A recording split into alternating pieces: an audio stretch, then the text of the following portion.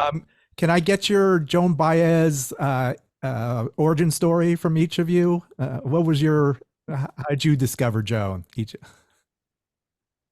Well, I'll start with me. Discovered Jen through my mom, who was in Berkeley, California, working back in the day in the early 60s. And she was working as a physio over there and came back to Ireland with, a whole bunch of Joan Baez albums under her arm and essentially kept them and, ended up having a family. And we just listened to Joan Baez all growing up the whole way. So very, very familiar with her. One of my mom's favorites.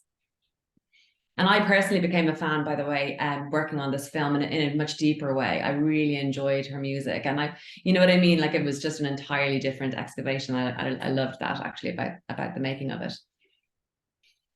I mean, similarly, it was generational. My mother and father were both huge Joan fans, and so it was she was played a lot growing up.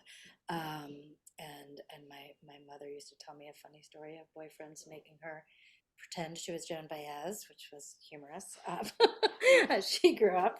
Um, but uh, but I wasn't a great fan until this film. I had met her through Karen, and so I knew her personally before we started doing this film. But I grew to absolutely love her music and her music as an 80-year-old. I love her voice now. I love the darkness. I love the huskiness. I love the rawness of it, and watching her kind of lean into that has been amazing. And then I think the film, hearing that old voice and the new voice with the same songs has been kind of mind blowing. But I found her concerts intensely moving now.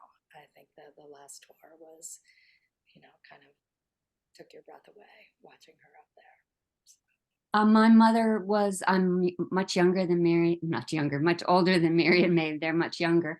And my mom was involved in the civil rights movement. And so I came to her through that, not through her music when I was young, particularly the March on Washington and her civil rights work. And so that for me, my mom was always impressed with Joan's commitment to nonviolence and to civil rights, whether it was started with the civil rights. So I knew her through that as this kind of brave young woman who was walking the walk and really showing up, not just once or twice, but really committed to it.